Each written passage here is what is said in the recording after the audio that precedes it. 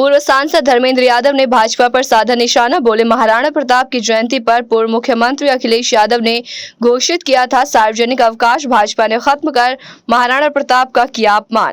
मैनपुरी लोकसभा क्षेत्र से भाजपा के खिलाफ जनता हुई लामबंद, घबराकर भाजपा नेता रच रहे षड्यंत्र। मैनपुरी के लोगों के स्वाभिमान से भाजपा कर रही खिलवाड़, लोग हुए नाराज, भाजपा प्रत्याशी की होगी जमानत।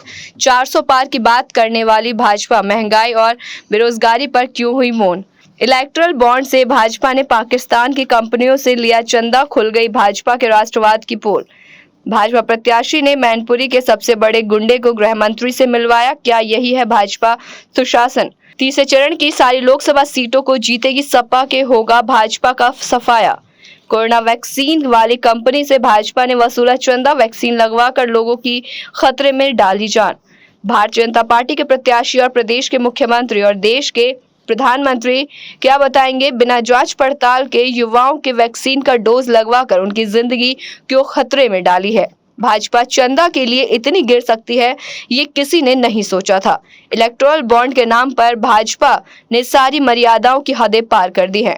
जो भाजपा राष्ट्रवाद की बात करती है, उसी भाजपा ने पाकिस्तान की कई एक कंपनियों से चंदा लिया है। पूर्व सांसद ने कहा कि भाजपा नेताओं को अपनी हार दिखाई देने लगी है, जिससे बौखलाकर वो उल्टे सीधे बयान देकर जनता को गुमराह करने का प्रयास कर रहे हैं। उन्होंने कहा कि भाजपा नेता जनता के सम्मान से खिलवाड़ करने की कोशिश कर रहे हैं, जिसका जवाब उन्हें जनता वोट के द्वारा देने के लिए तैयार बैठी है। यादव ने कहा कि भाजपा नेताओं के इशारे पर जिला प्रशासन समाजवादी पार्टी के कार्यकर्ताओं को झूठे मामले में फंसाने का काम कर रही है। समाजवादी पार्टी के कार्यकर्ता और पदाधिकारी डरने वाले नहीं हैं। जिला प्रशासन कितनी भी बल लगा ले, इस बार समाजवादी पार्टी की प्रत्याशी सांसद डिंपल यादव की ऐतिहासिक जीत होगी। और क्या कहा पूर्व सांसद धर्मेंद्र यादव ने, देखिए पूरी रिपोर्ट।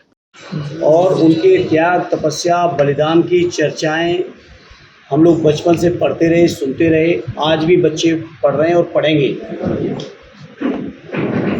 उन जैसे महापुरुष के सम्मान में ही आदरणीय अखिलेश यादव जी ने अपने मुख्यमंत्री कार्यकाल में रहते हुए सार्वजनिक अवकाश घोषित किया था उनकी जयंती को, जिसको वर्तमान सरकार और उसके मुख्यमंत्री, जिनको कई लोगों ने उपनाम पदनाम भी दे रखे हैं,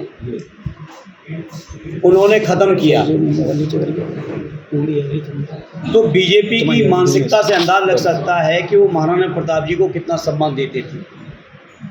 अरे वो कर तो सकते नहीं थे, किसी को सम्मान बढ़ा तो नहीं सकते थे, लेकिन जो आदरणीय अखिलेश यादव जी ने उनके सम्मान में किया था, उस फैसले को भी इन्होंने उस सार्वजनिक अवकाश को ख़त्म करके वो महाराणा प्रताप जी का असली अपमान किया है बीजेपी के लोगों ने। इसका जवाब बीजेपी के लोग नहीं देंगे और शायद मेरे पत्रकार मित्र इस सवाल को उनसे शायद न पूछेंगे।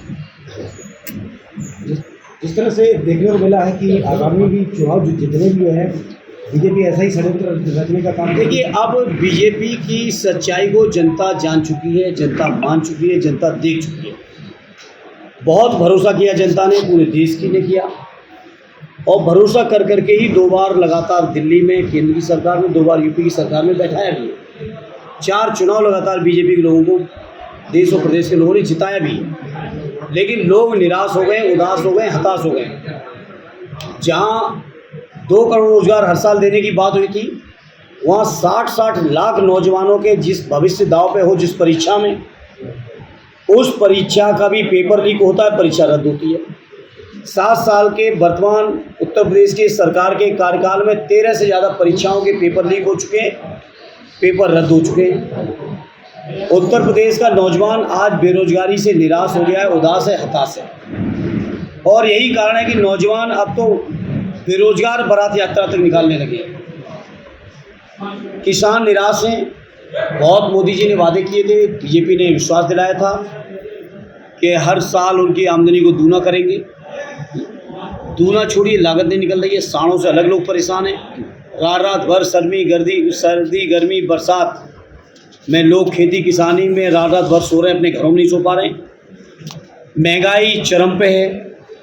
मध्यम वर्ग से लेके गरीब वर्ग के लोगों के लिए महंगाई की स्थिति आपको पता है।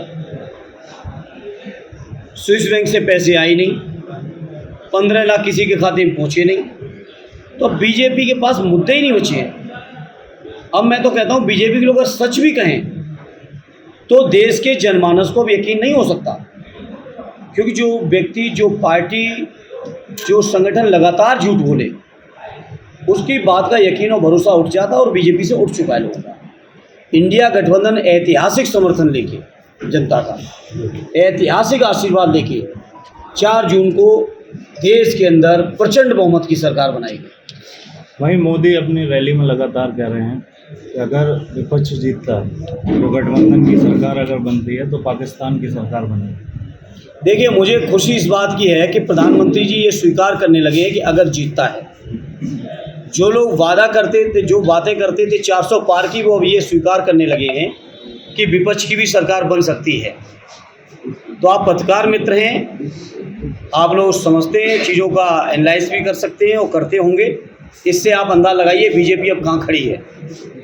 जहाँ तक प्रधानमंत्री जी इस तरह की बातें करते हैं तो प्रधानमंत्री जी को इस बात का पहले जवाब देना चाहिए कि पाकिस्तान की कंपनियों से चंदा किसने लिया? क्या किसी विपक्ष की पार्टी ने लिया आज तक? और भारतीय जनता पार्टी पाकिस्तान की कंपनियों से इलेक्टोरल बॉन्ड के माध्यम से चंदा भी उठा रहे हैं और इस तरह की बातें कर रहे हैं। और फिर मैं कहूँगा प्रधानमंत्री जी से और पूरे बीजेपी के लोगों से, विपक्ष की हर पार्टी का अपनी कुर्बानियाँ हैं देश के बनाने में, राष्ट्रीय आंदोलन में, राष्ट्र के निर्माण में। अलग अलग हर पार्टी के पास अपना इतिहास है, कुर्बानियाँ हैं। भाजपा के पास गिनाने के लिए कुछ भी नहीं है। अगर कुछ है तो गिनाएं, आज़ादी के आंदोलन में उनका क्या योगदान था। आज तक इस पर चर्चा नहीं होती है। कौन भारतीय जनता पार्टी का शहादत दिया है आज़ादी के आंदोलन में? कौन सीमा पे शहादत दिया है गुजरात का? बताएं प्रधानमंत्री इस बात को।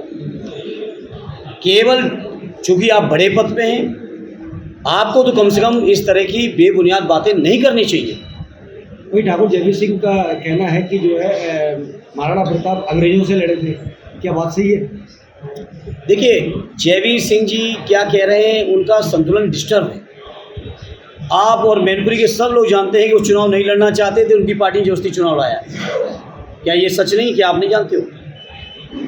और यही कारण है कि चुनाव जीतने के लिए जो जिले के सबसे बड़े गुंडे हैं उनको गृह मंत्री जी से मिलवाते हैं। क्या मीडिया के लोगों आपने नहीं देखा? क्या आपने वीडियो विजुअल्स नहीं बनाए क्या इस बात की? जो मैनपुरी जिले का सबसे बड़ा गुंडा, उसको माननीय गृह मंत्री जी से मिलवाते हैं और मंच पर वो भी। और मैं समझता हूँ गृह मंत्री जी को ये बात पता चल जाए तो हो सकता है इनका मंत्री पद भी चला जाएगा। क्या ये बात सच है या नहीं? आप बता दो पत्रकार मित्र, आप लोग रहे होगे कार्यक्रम में, हम तो नहीं थे।